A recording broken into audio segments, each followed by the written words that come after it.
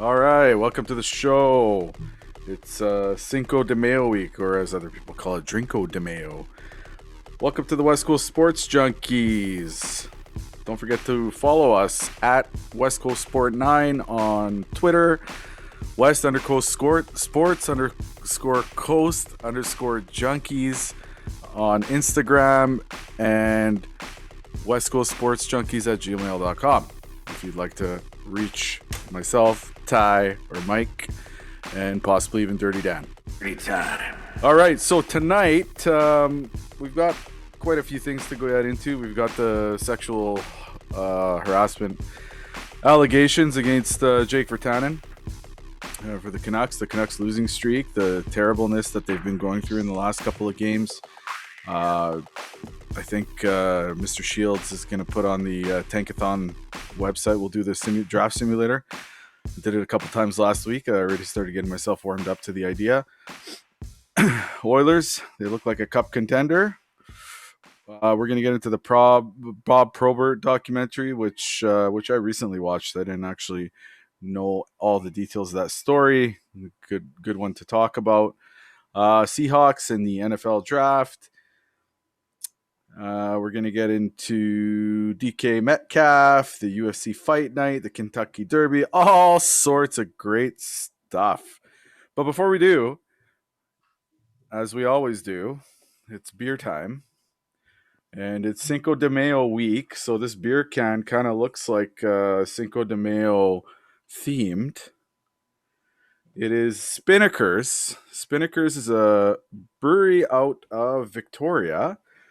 And it is called None of Your Business Dry Hopped Pilsner. So this dry hop Pilsner combines a familiar, crisp, clean malt background with bright, fresh pineapple, coconut, and citrus flavors from Idaho 7 Sabro Citra hops.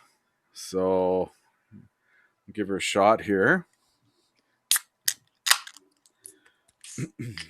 Very. Thanks for picking up these beers, Chris. Yeah, no problem. Very, very interesting looking can. Whoa. Oh yeah. It's refreshing. Mm-hmm. It's great. This Spinnakers has been around since 1984. They're located in Victoria, and this is actually great. Can't wait to try the next one. What did you think about that, Mike? I love this type of beer. A little bit hoppier than what we're used to, and but it's still light, right? I like that. It's nice. Did you get to spend some time in there? No, I was just in and out. They had seating available, but I didn't feel like staying there, so I just went there for the beer, just for the show. How was the weather and everything over there on the island? It was okay. It was actually a lot nicer than I thought it was going to be. So on the way there, it was kind of like, essential service. So essential travel only. So the ferry was kind of empty. The way back though, man, what a nice night. Just phenomenal. Right on. Yeah, I saw you sent that picture. That's awesome. Mm-hmm.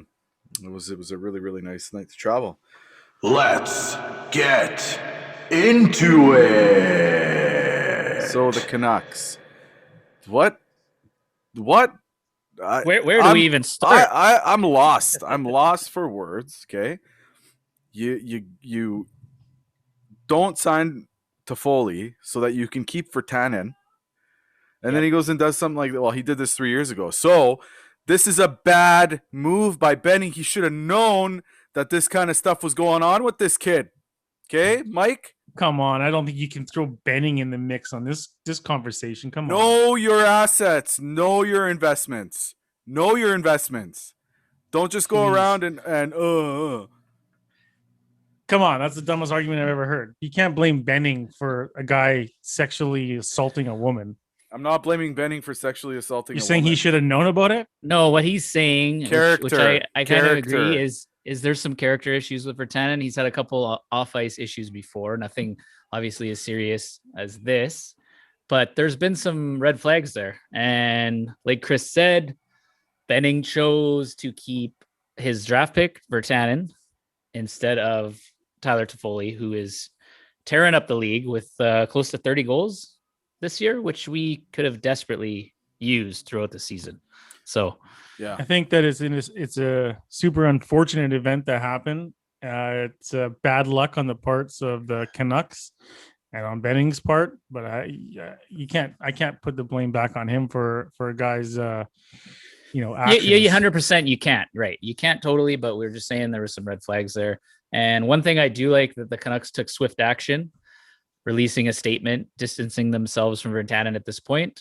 Well, these allegations are investigated, and we'll go from there. It's a lot different than what a lot of other leagues do, where they kind of stick with their player a little longer before making a drastic statement like that. Maybe it's just me that this year it seems that there's been a lot of these like sexual allegations coming out throughout many leagues, the NFL and the NHL, and a lot of them have been kind of debunked. So I'm not really like throwing the towel in on Jake yet. We'll see what happens, how this pans out. Obviously, we do not. I mean, I didn't.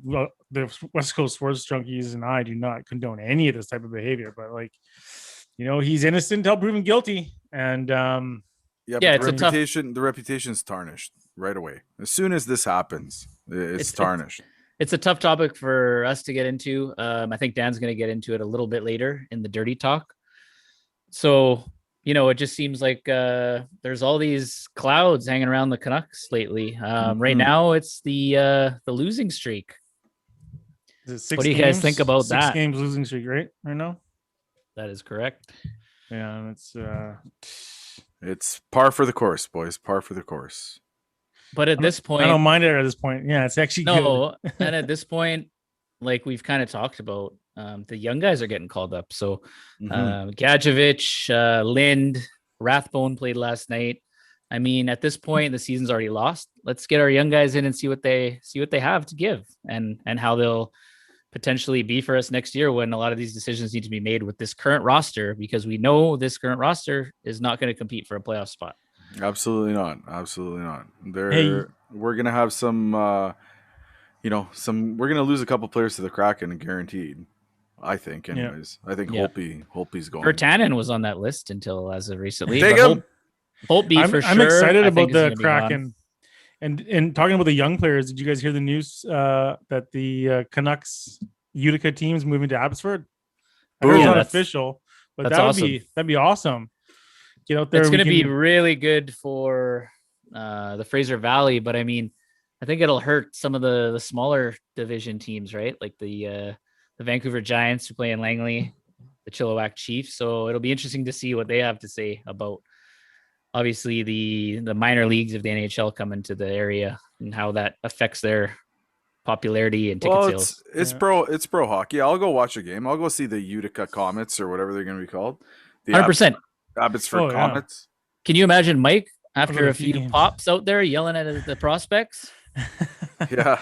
I can't wait. That's going to be awesome. We can see them like from the ground up, and then we can watch them in the juniors, and then we can see them in the in action in the NHL when time comes. And it's got to be good for the NHL or for the Canucks because you can just pull them down. It makes complete sense. Like right now, obviously COVID hopefully will be past that or past the part where the quarantining and all that's going to be in effect. Because right now we call a player up from Utica, they got to quarantine for 14 days, and it's just the logistics of it. Yeah, and back in New York, right? That's what I was going to ask you guys. That's what I was going to ask you guys. How much do you think COVID played into this decision?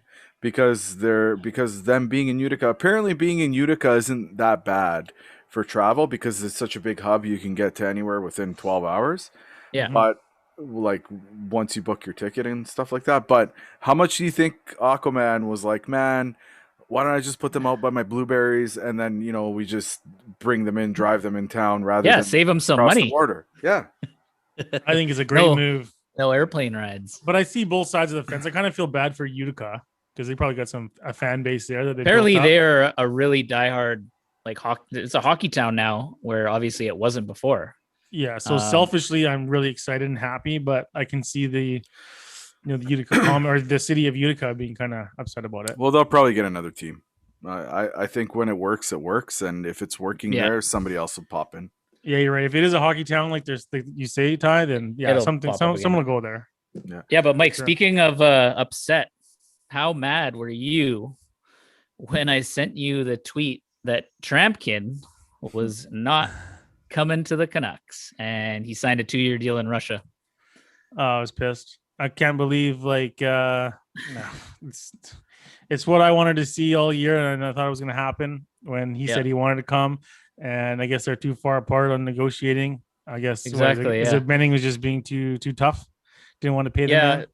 So I've read a lot about him, and this is according to Canuck Twitter, who can be very impartial. So apparently we dodged a bullet by not signing him, according to a lot of experts out there, and plus just a lot of fans saying that he's slower and he's lost a step even from when he was over prior to leaving for Russia. So that being said, I was really excited about the prospect of seeing Trampkin over here in his second run. Just his size alone, like you saw, well, we're going to talk about Probert. Probert was a big boy, not even close to Trampkin's size. But what was that guy's name from the Ducks?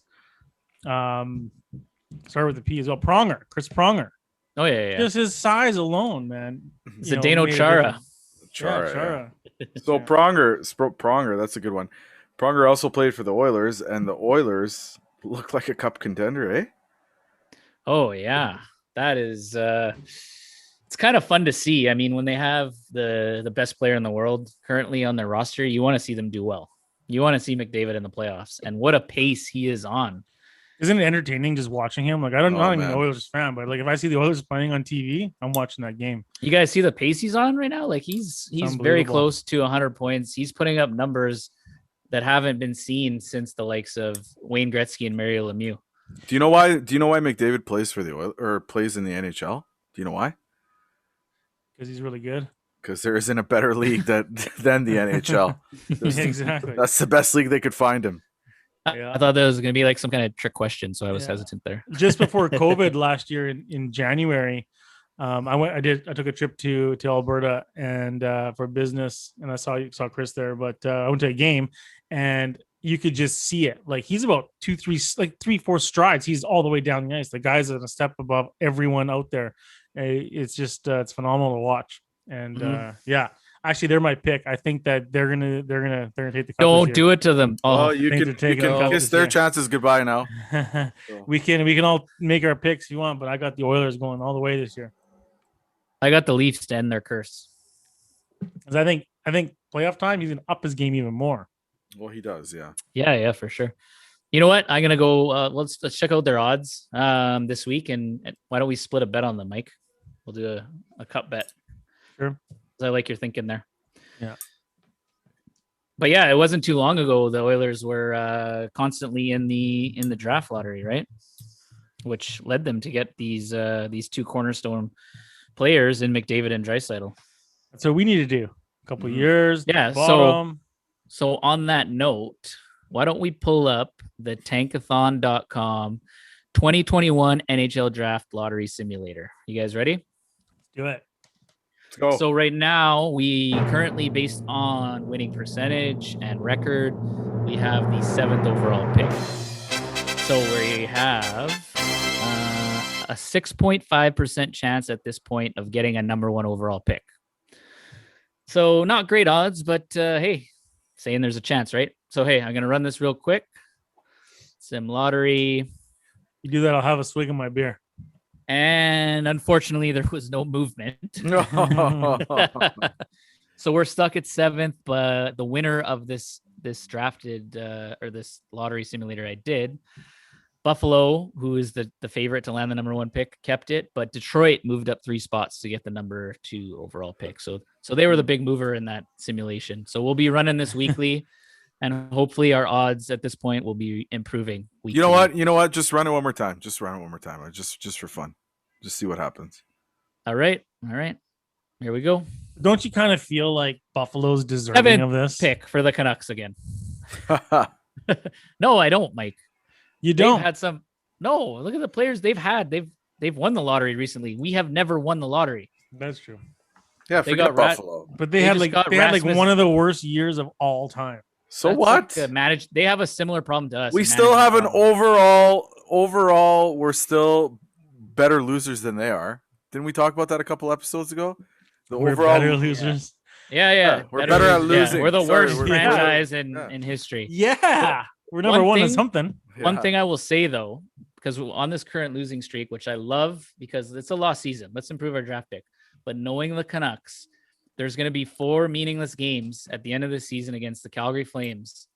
Please do not go on a 4-game winning streak for shits and giggles, for no purpose. Like, yeah. Let's just tank properly. We can never do that properly. Let this be the year they figure it out. Fingers crossed.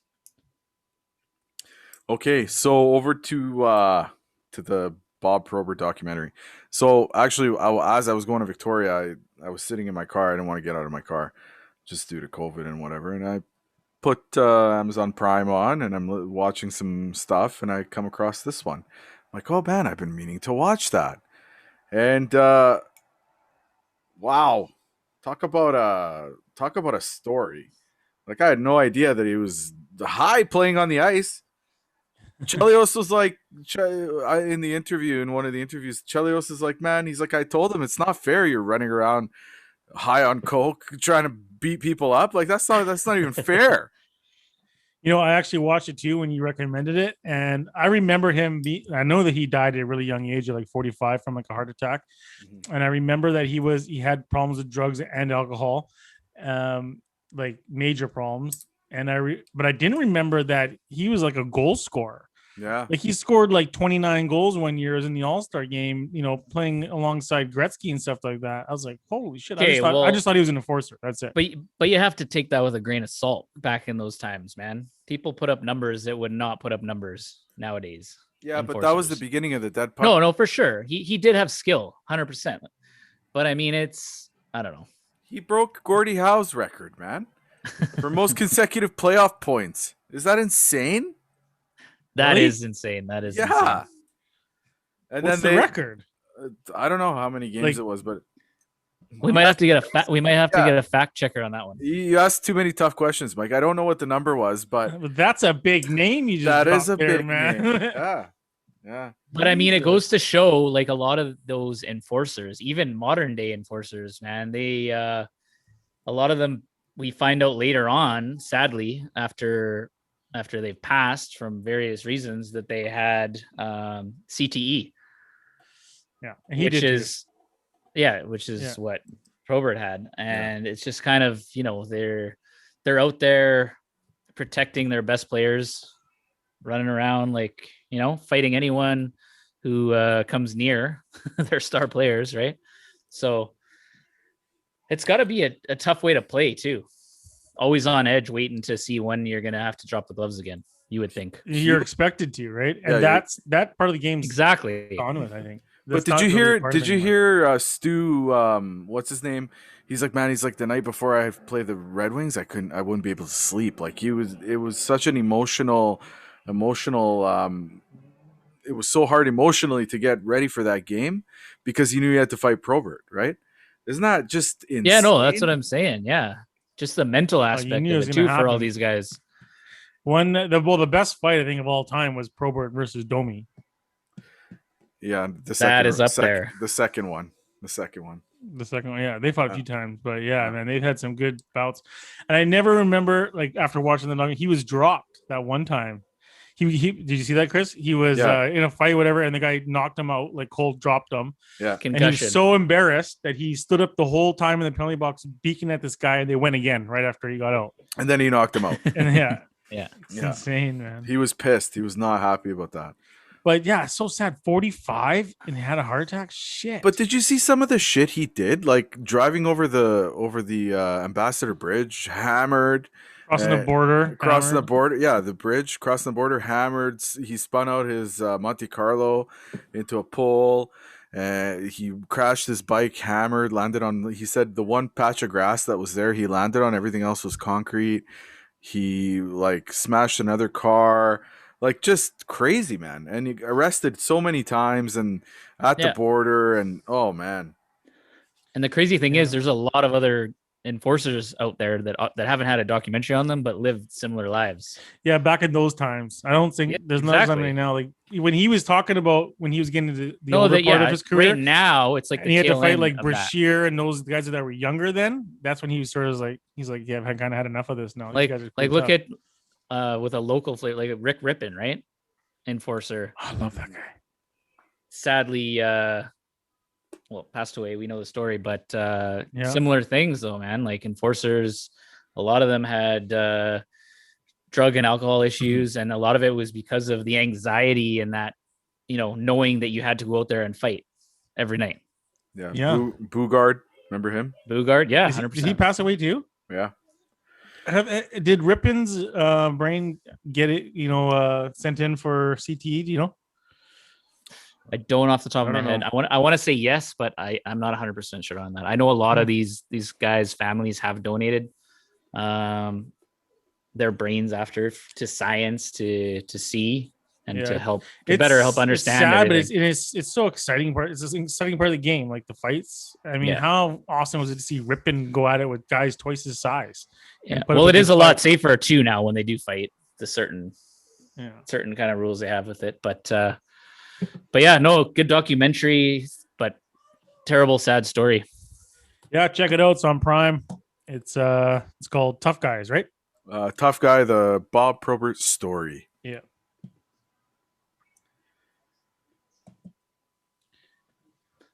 Cool. To bring us in for the little Seahawk and draft update. Okay. Yeah. Tell me when you're. Oh.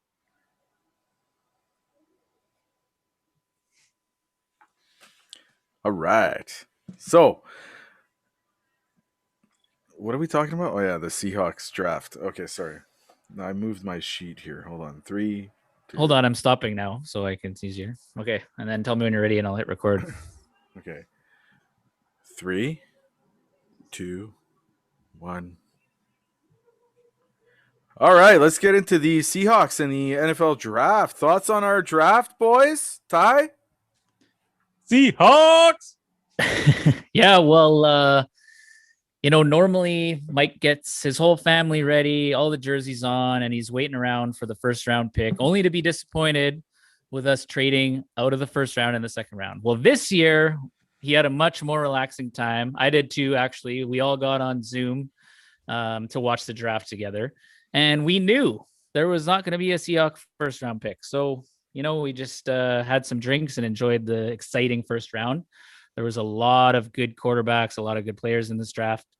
But before we get into that, let's talk about who the Seahawks drafted. So I'm super happy with the 3 selections we made. We only had 3 picks in this draft. We drafted what I feel like were our 3 top needs, one being corner, the other wide receiver, and we drafted an offensive tackle. So the second round, we picked up a guy named Dwayne Eskridge, who is about my height. So it's a great height. He's about 5'9.5". He's 5'8 3/4. Okay, we're giving him a little giving him a boost. We're giving him a little boost here. Okay. He must have had helmet hair, so he lost a few inches. Yeah, totally agree. Been there. It happens. But anyways, he's a very exciting wide receiver. He's a slot receiver and he's a return specialist. And why I'm excited about that is Tyler Lockett has returned a lot of our kicks in recent years. And as we know, there can be a lot of injuries on those type of plays, on kickoff returns, on punt returns.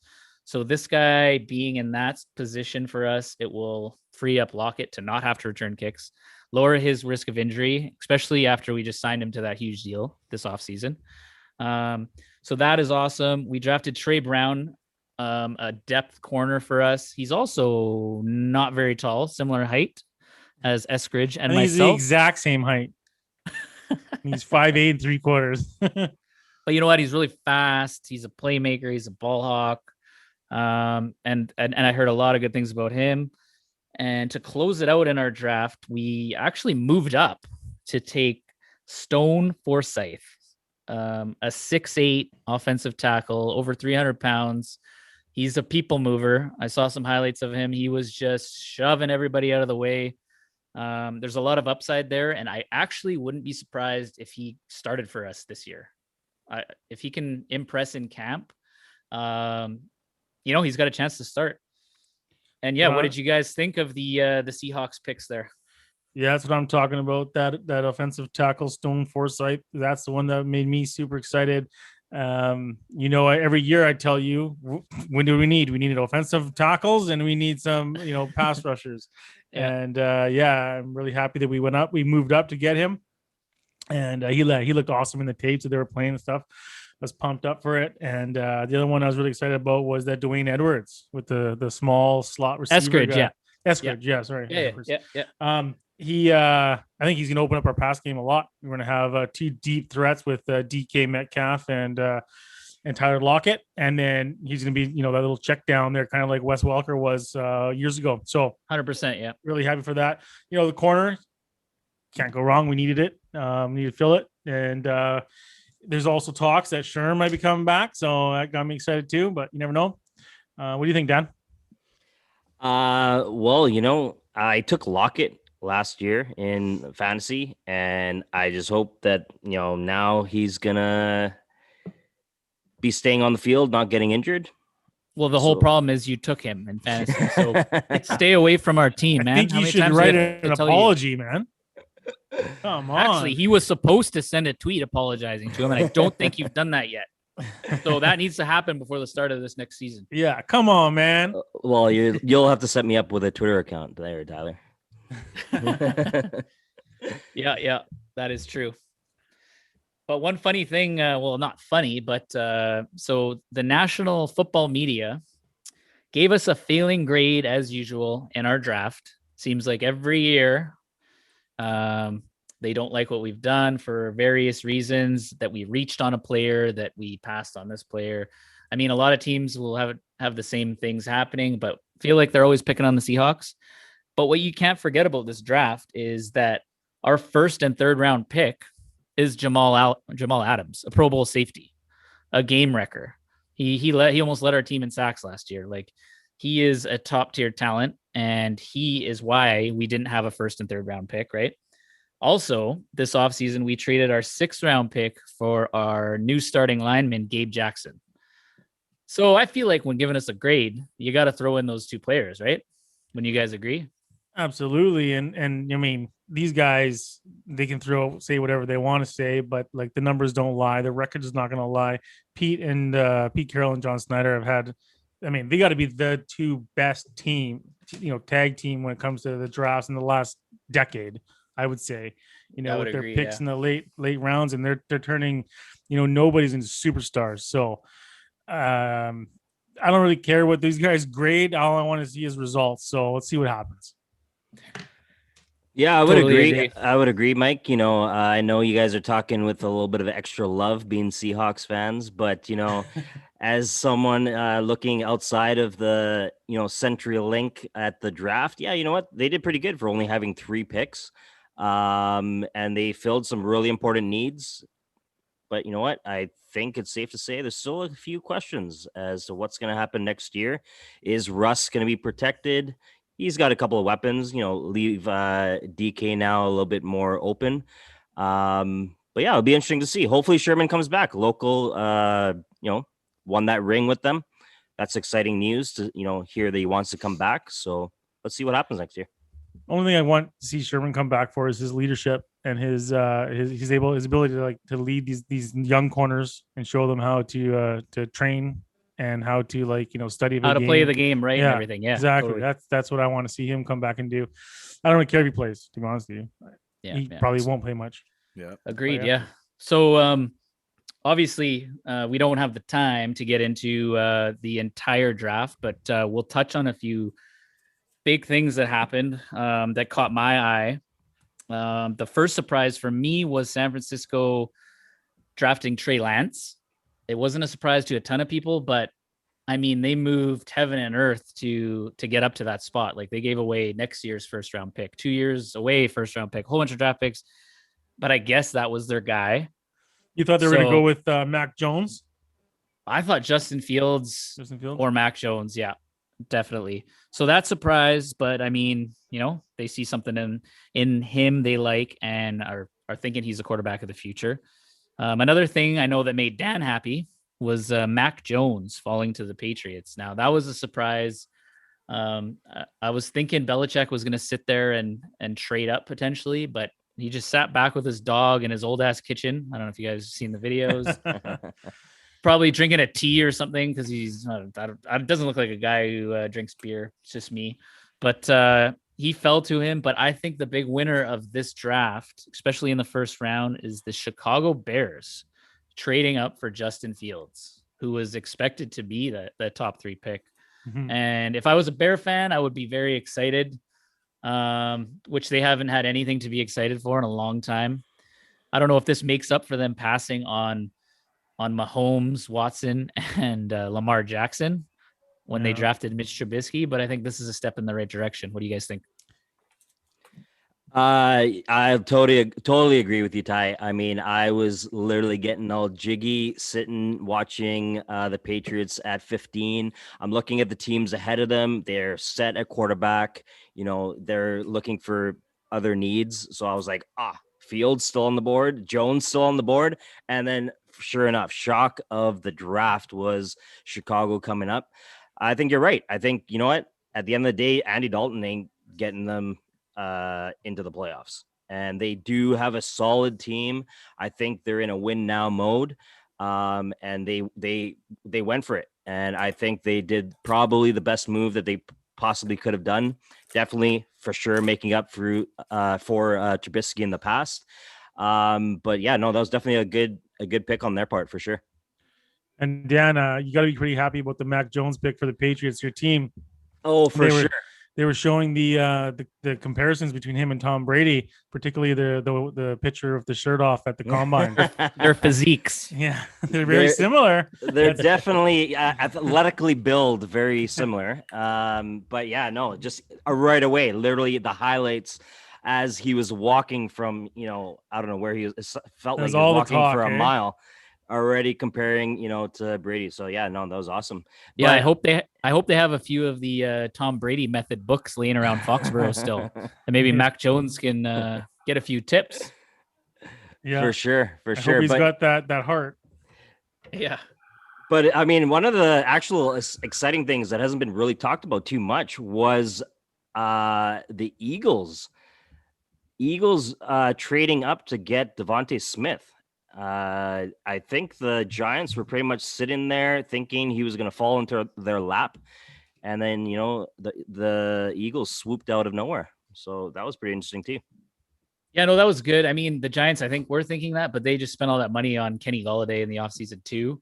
For sure. But he definitely would have been a nice weapon for them. Actually, one thing I forgot to mention that's kind of cool is the Bengals selected Jamar Chase. He was the first wide receiver off the board. And he played with Joe Burrow, won a national title with Joe Burrow. So that could be a lot of fun to watch those two reunited. And they could be on my fantasy sleeper radar for late in the draft. Okay, so that's a free tip for all you guys out there. As I'm the defending champ, I feel like it's my need to help you guys out. One thing I want to say that I noticed about this draft was not many running backs went. I can only think of one in the first round. Was there more than one? Pittsburgh took Harris at 24. Najee Harris at 24. Was that the first one to go though? That's deep, right? Yep. For backs, but usually. That's how it's changed, though, man. I know they're a dime a dozen now, but I mean, it has completely changed to how it was, where like you got the Zekes going early and stuff like that. So yeah, I mean, you find a lot of value late in the draft. For example, the Seahawks with Chris Carson. We drafted him. I know, Mike, sometimes you have your issues with him, but he is a good running back, starting running back. He's got his fumbling issues under control, but he was like a 6 or 7 round pick. So you can find value with running backs pretty much anywhere in the draft. Yeah. Okay. But yeah, I can't wait for next season's draft. And I think the Junkies might need to make a trip to Las Vegas, Nevada, if we are able to travel by then for the 2022 NFL draft. Tell you what, buddy, I'll give you my word. I'm in if we're allowed to travel again. Boom. 100%. I'm in too. That'll be awesome. Maybe we could do a live broadcast from outside the stadium. Go. What do you think? What do you say? Oh, I'll think about it. You're in 100%. You love Vegas. Oh, I do love Vegas. All right. Good stuff. All right. Well, speaking of Vegas and speaking of betting, um, Vegas is a place where a lot of the UFC fights happen. So why don't we get into it? It's time. Mike, what do we got, buddy? Yeah, so we weren't going to talk too much about UFC this week. There was a free UFC fight night on Saturday that just passed that I watched, and actually Saturday was a fantastic day for sports. We had the Kentucky Derby, we had the UFC, we had Canucks playing. But anyways, the last two fights of the UFC on Saturday night, we had Cub Swanson fighting. Who did he fight? Giga. Yes.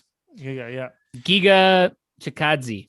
Yeah. And so I was talking to Ty before the fights because we bet on the fights here and there, and I didn't even know who Giga was, but I was betting against Cub Swanson because I just think he's my age, and I'm like, yeah, he's got to be done. He's got to be coming down the Time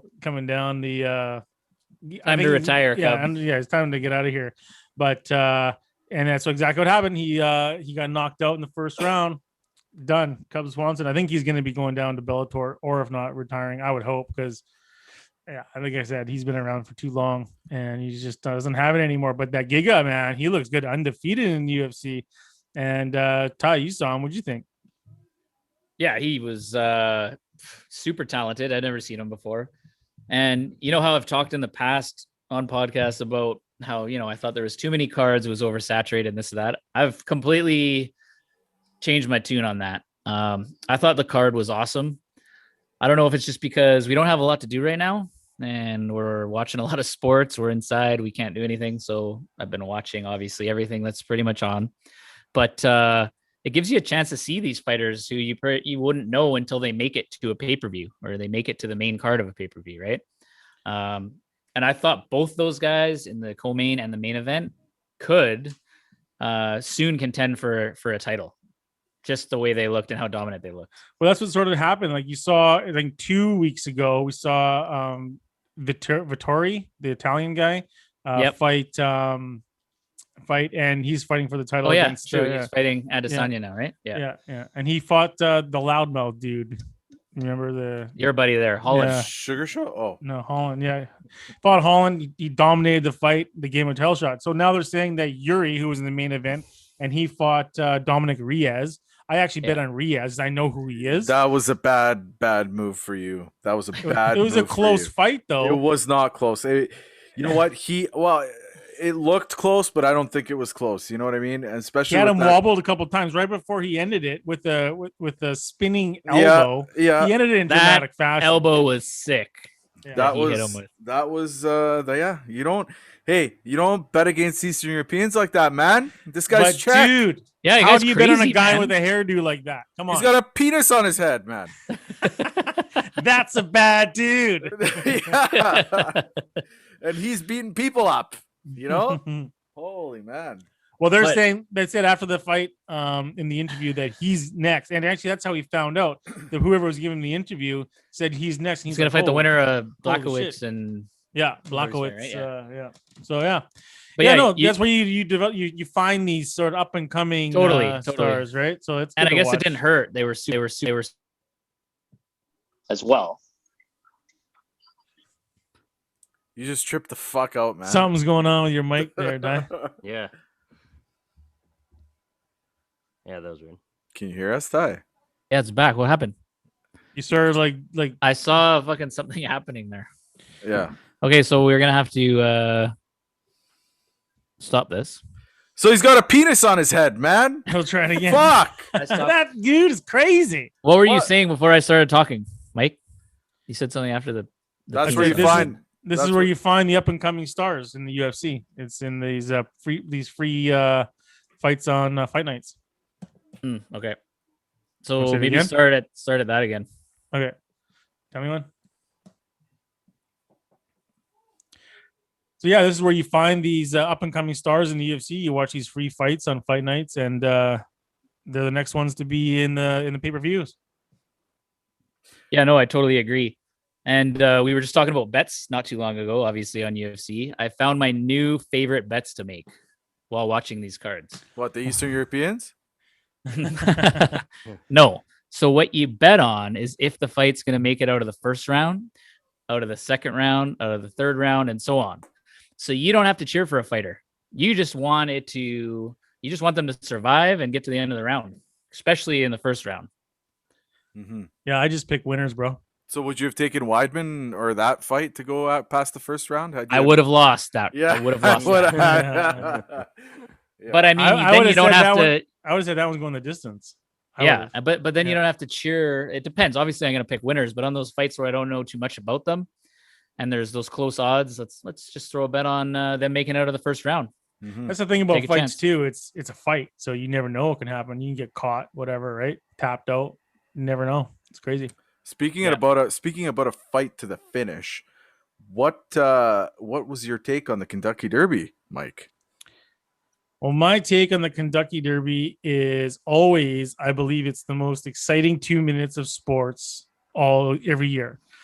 That's you. That's like your sexual life in the bed. Yeah, it's the most exciting 2 minutes for me of your year. Yeah, that's true, man.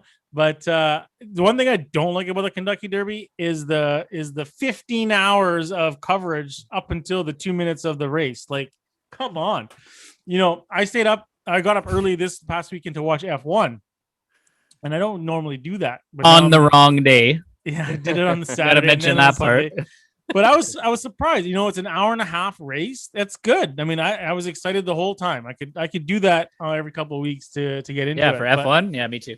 Yeah, but the Kentucky Derby, the only problem is that whole lead up to it is just ridiculous. Like, just get going and race, man. What do you think? Yeah, and then when they walk them to the gates, there's no it's just all of a sudden, boom. Like, you see that they're gonna start.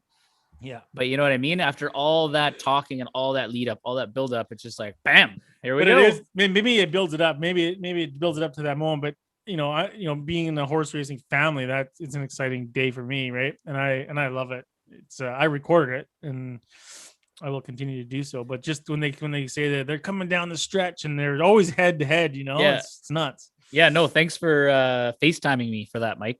Yeah, no problem. So I was at the Kelly O'Brien's patio with Daniel here, and just prior, probably half an hour before the races, I texted Mike asking, what horses he liked, because he usually knows, or he's talked to his dad or brother. They're all into horse racing, right? So Mike gave me 4 or 5 numbers. So I took a look, and there was a number 8 there, which is one of my favorite numbers, in honor of the late great Kobe Bryant.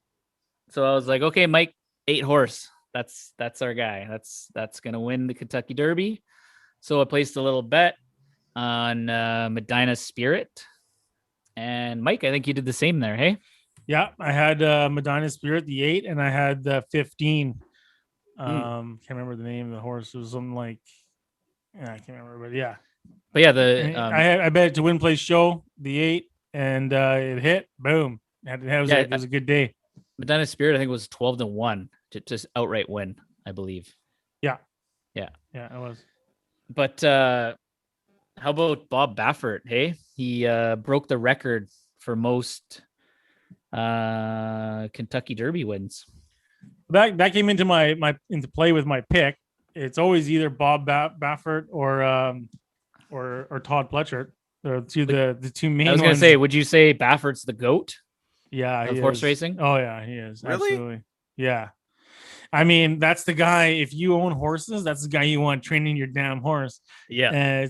He's the best. I mean, he has 2 or 3 horses in the Kentucky Derby every single year, and he's and usually he's won the most. So, yeah, he's the best ever, I think, with the Kentucky Derby. That's my opinion.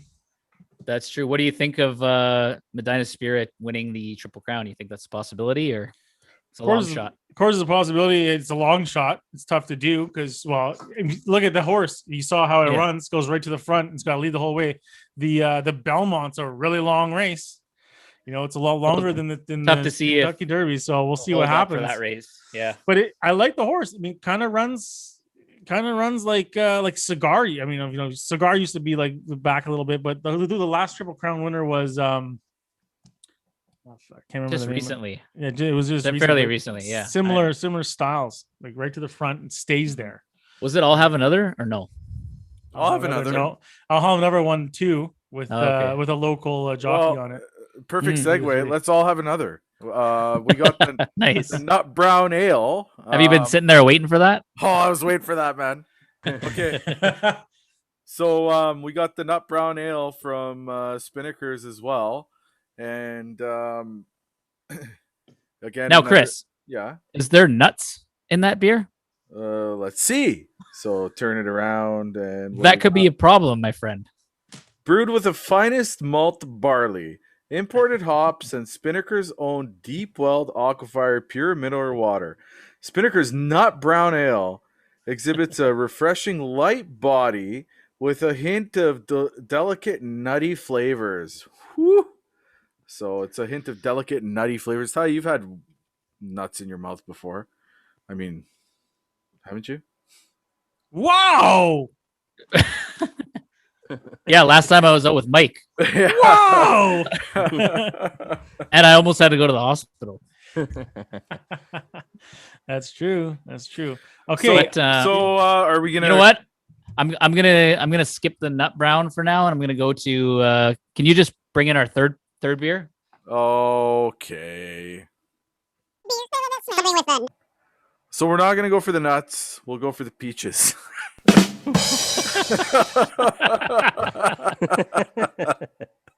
Hey, it worked out. What am I gonna do here? Sounds like a good plan. Where's your sound effects going? Oh, I'll put it in there. Okay, so this is the Spinnaker's Peach Paradise, brewed with Silk Road. So this is the classic Hefeweizen, steeped in Silk Road's Peach Paradise tea, where the notes of citrus and clove from the yeast complement the bright peach aroma of the tea. Wow, a mouthful of peaches. Shall we crack this beer and give it a shot? Let's do it. All right. Yep. Okay. Give it a sniff. I always sniff before I'm not gonna lie, that's not my my favorite beer. Before you taste, do you want me to finish that for you, Govik? You always sniff before you taste. Before I taste, yeah, especially peaches. Beer. So, you know what I'm gonna do here? Actually, I'm gonna pour a little bit into my shot glass. I want to see the color of this beer. Oh no, it's beer color. I thought it was gonna be pink for some reason. All right, while you do that and try it out. Ooh, that shot glass had tequila in it still. I think we should get into our latest contest we're running. So yeah, tell us about that, Ty, because we've been all over Instagram today, and it's been a hit. So tell us about that. Yeah, it's exciting stuff. So we announced our first contest on Instagram. As we've talked about in past podcasts, we're all about supporting local business right now, especially during these tough COVID times. That's why we're trying out all these new local breweries and everything. So getting back to this contest, one of our favorite restaurant bars in the area, Kelly O'Brien's New Westminster, we are giving away $100 gift card to them, as well as one of our fancy new FlexFit West Coast Junkies hats that I'm sure you guys have seen all over Instagram. So all you guys have to do is like the current post, tag 3 friends, and give us a follow at West_Coast_Sports_Junkies on Instagram. And we'll also be giving a bonus entry for sharing that post on your Instagram feed. Now, the contest runs until Friday, May 14th, and we're planning on contacting the winner via direct message, but maybe we'll figure something else out, do a live stream of us picking names out of a hat or something. We'll figure it out. But yeah, good luck, everybody, and tag those friends. Let's get this thing going.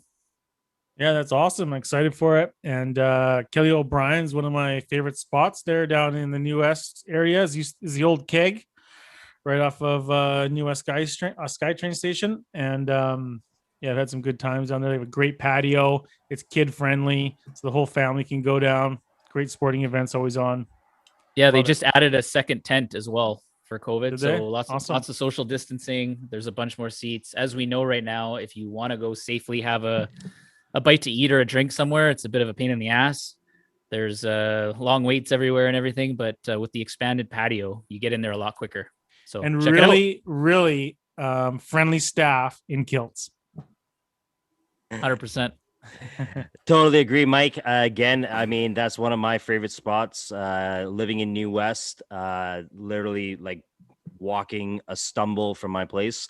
Yeah, I've been going there since they first opened. I think it was about 2018. Me and Ty are part of the fantasy football team league that they have there. I think Ty actually won that this year too. I know he's waiting for that acknowledgement, but yeah, Thank you, Dan. Yeah, no, it's definitely an awesome place. Good atmosphere, great staff. Always good times over there. Yeah. So they're Irish, right? It's an Irish place? Yep. So the Irish don't wear kilts. Just throwing that out there. Sorry. Really? Yeah, really. Don't they wear kilts there? No, those are Scottish. No, I'm talking about at the bar. Don't they sometimes? Yeah, they do. They do. Yeah. Oh. But yeah, there's a bunch of them, especially in the Okanagan area. Yeah, I saw it when I was in Kamloops. Kamloops, Kelowna, West Vernon. Kelowna. Yeah, for all of the local traveling that we're going to have to do this summer, because chances are things aren't going to be opening up anytime soon. Yeah, if you guys are hitting up some wineries in the Okanagan, definitely know there's some Kelly O'Brien's, in Vernon, Kamloops, Kelowna. Yeah, if we're able to this summer, fingers crossed, Yeah, everything for goes sure. well. They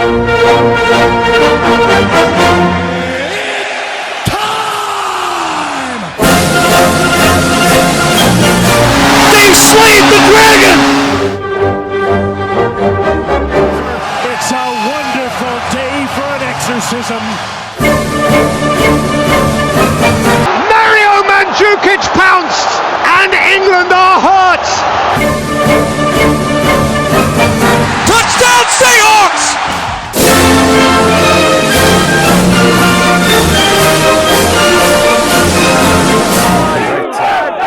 So DK Metcalf, what's going on with him? Olympian? Yeah, I was surprised to see that online that he has apparently entered an event this weekend. It's the United States Track and Field official event, and he will be running in the 100-meter. How do you guys think he'll match up and how he'll do? Well, I hope he does well. I hope he makes it. I think he can. The guy's a beast. He must have some kind of training. I know a lot of the analysts are talking like he's got no chance, but the guy's got some speed. He looks like an Olympian. I think he can do it. Well, let's not forget about him chasing down was that Patrick Peterson and that famous play last season. That was some speed. He's just got to have someone in his mind in front of him, tracking him down to stop that touchdown. You know how they have the dog races and they have that little bunny that goes shooting? Yeah, Put like a football out there or something. Yeah. Well, you know what? I don't want to be the bearer of bad news. He will have every other competitor in front of him because he's not an Olympian. He is not an Olympian. He is okay. Not whoa. This isn't the Olympics, though. This isn't the Olympics. Well, he's going to be going against people that are qualifying for the Olympics or They're training for the Olympics. And you know what? Don't get me wrong. He's fast on the football field. I bet you he won't be last. Run. You said everyone's going to be in front of him. Okay, I'll make that bet. I'll bet you a shot there, Tyler. You know I like to drink. Okay, so he finishes anything but last. I win. You win. You have the field. Sounds good. But I'm just gonna say that running on turf, running in pads is different than running on the track. He's a big guy. These sprinters are like max 180 pounds, if that. Yeah, so they'll have to take 3 steps for every one of his. Okay, we'll see. We'll see. But anyways, it's generating some interest for United States track and field, which I think is cool. For sure. I'm gonna tune in. I don't have the exact time and everything. I know it's Sunday and it's on NBC.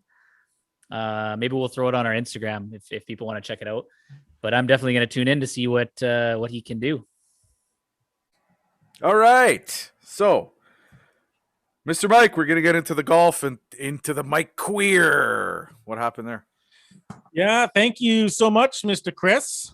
Mike Weir had his first Champions Tour win, his first pro victory since 2007 this past weekend in Texas. He played what was it? The Insperity Invitational. Yeah, and the guy's battled his golf game for years, and it's so good to see him back in the winner's circle. Obviously, he won the Masters years ago. He received the jacket from Tiger Woods. You know, all of Canada was over the Warren Moon, Govik, to see that happen. And yeah, man, I was happy for the guy. You know, it gives faith to like golfers like me and Dan. Ty, you're already up there, buddy.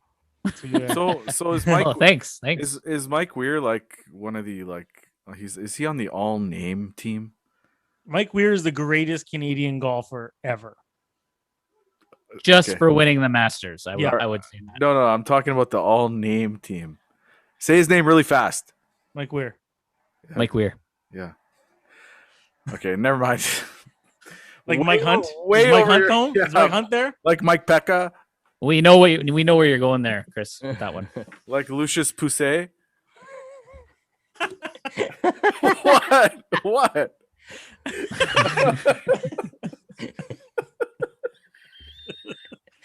Oh man, where did you come up with these things? You're staying up late last night thinking of names. That I've heard on. I think I've heard that on 1040 before. Lucius Pousset, man. Yeah, that's where we got it from. You didn't know that's a real name? No, man. And Dick Pound, and Yeah, this is 1040 talk. Our old friends at 1040. Yeah, well, it's true. Mike Ball. Man, those guys used to howl on air for BMAC. in like half an hour, man. Some of those names. That's actually a name. These are all real names. Lucius Pousset is a name. Oh man. Yeah, we got a little off topic here, but congrats to Mike Queer. Mike Queer.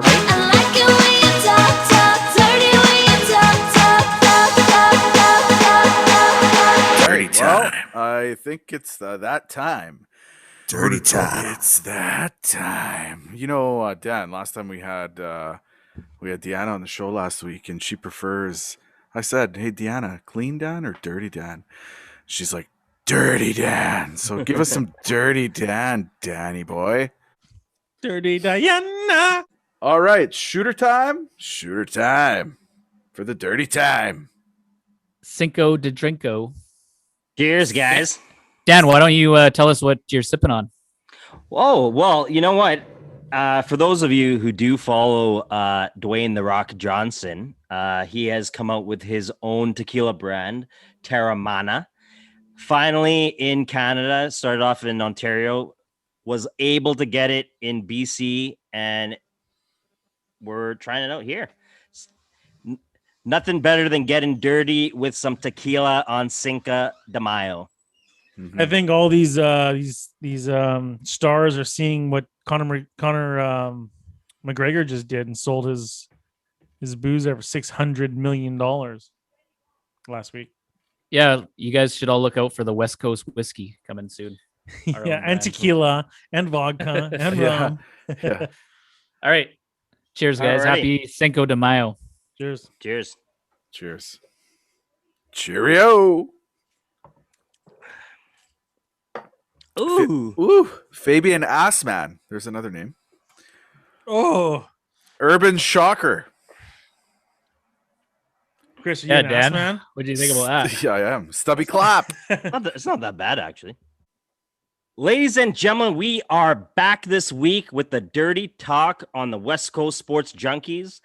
The break definitely gave the sports world an opportunity to give us some dirty things to talk about. So let's start with the shots being fired throughout Lambeau Field. Aaron Rodgers, bombs were dropped on draft day. Aaron Rodgers wants out of Green Bay, trashing the executives, hates the GM, wants to host Jeopardy.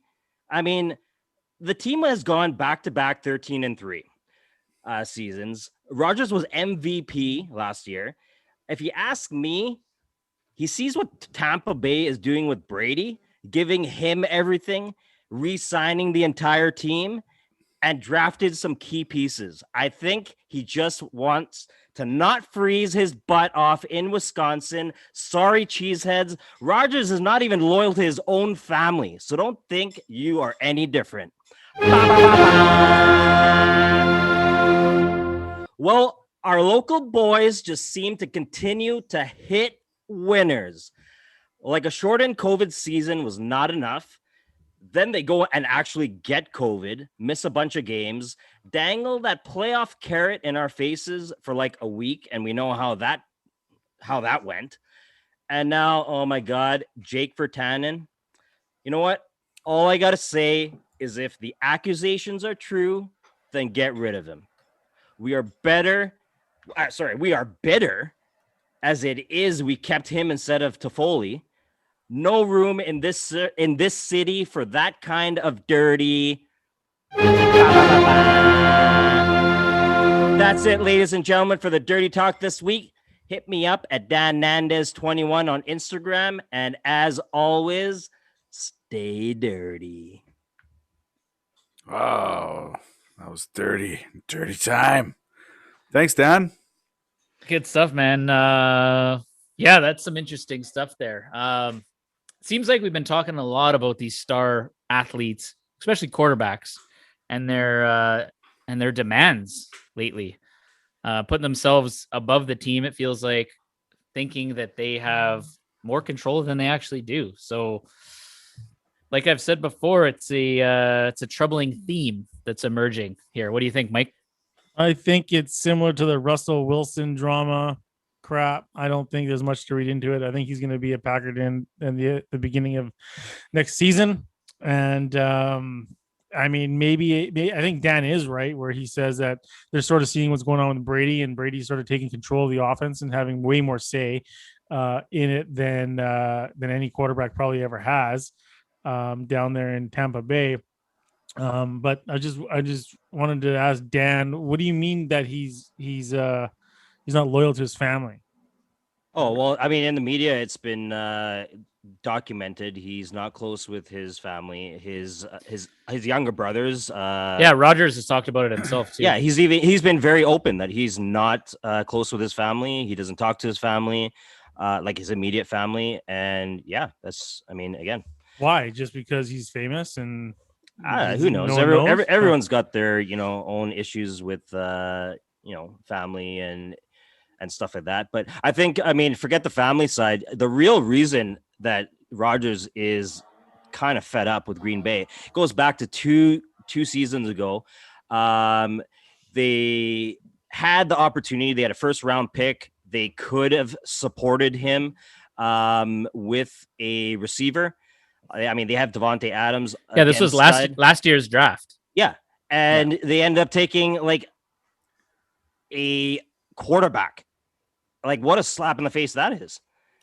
Like, Rodgers is not even 40, I don't think. But it's the NFL and things can happen, right? You got to be, ready for anything. Right? 100%. True. But think of it like Dan was saying, right? They had, even prior to that draft, they had a 13-3 season, but they were missing some key pieces. Yeah. They should have gone out there in this prime window they have to win. They want to be Super Bowl contenders. Why are you spending a first round pick on your quarterback of the future, pretty much Rodgers' replacement down the road, when you still have a top 4 or 5 arguably team in the NFL with a good shot at a Super Bowl run, especially if you add a few key pieces? And not only that pick, not only the Jordan Love pick, but they go out in the second round. They draft a running back. No, a running back. AJ Dillon.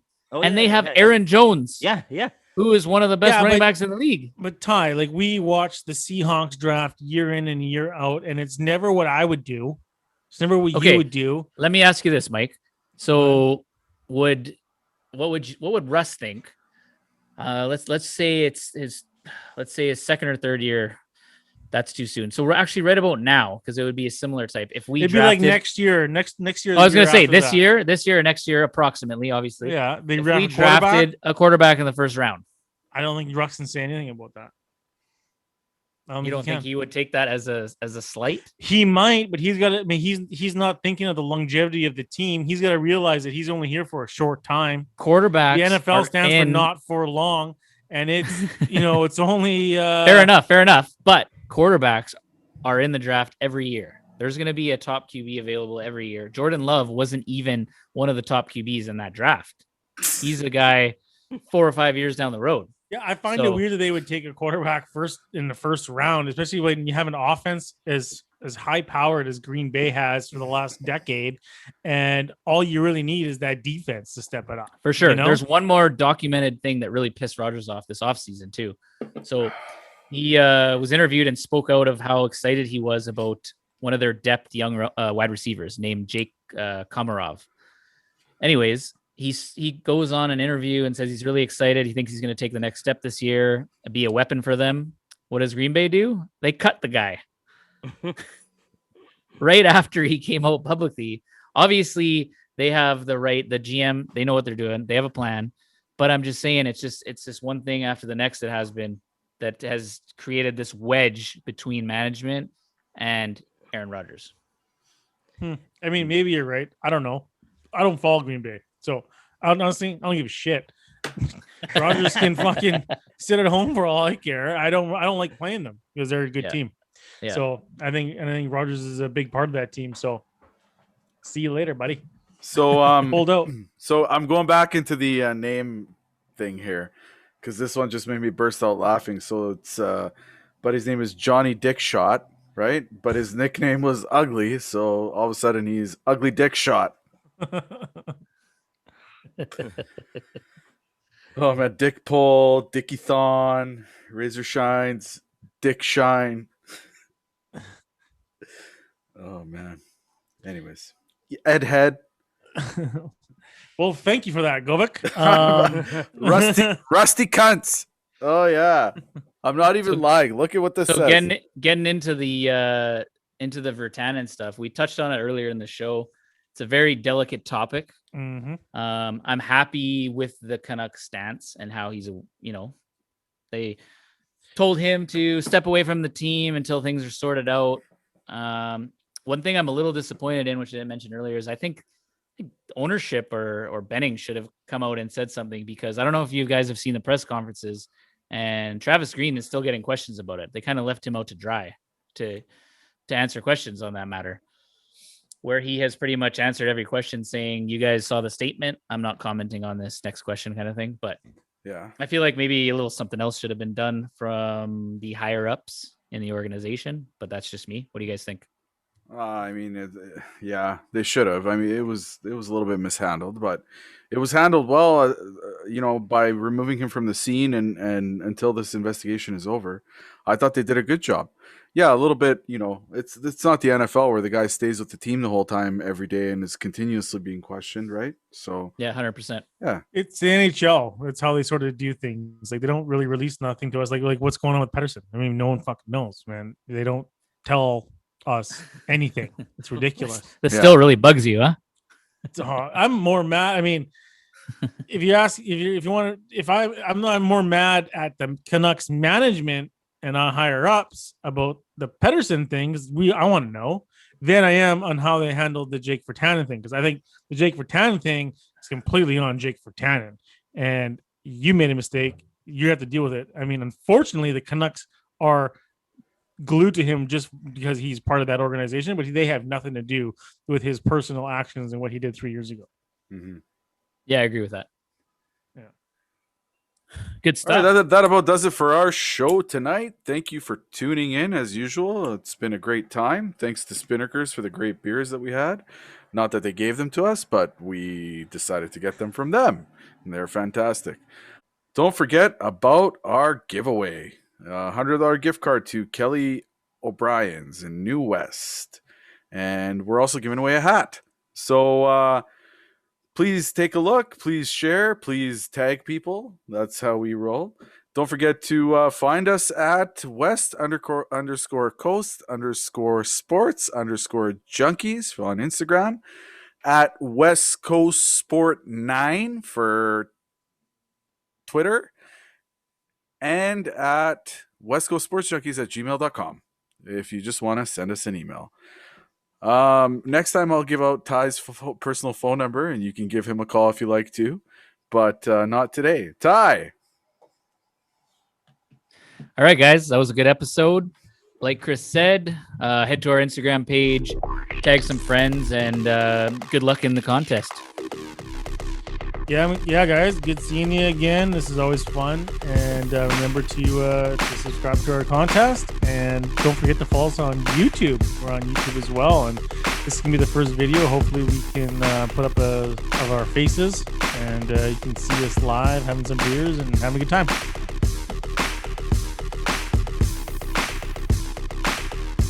Adios! Bye, Dan. Bye, Dan. Bye.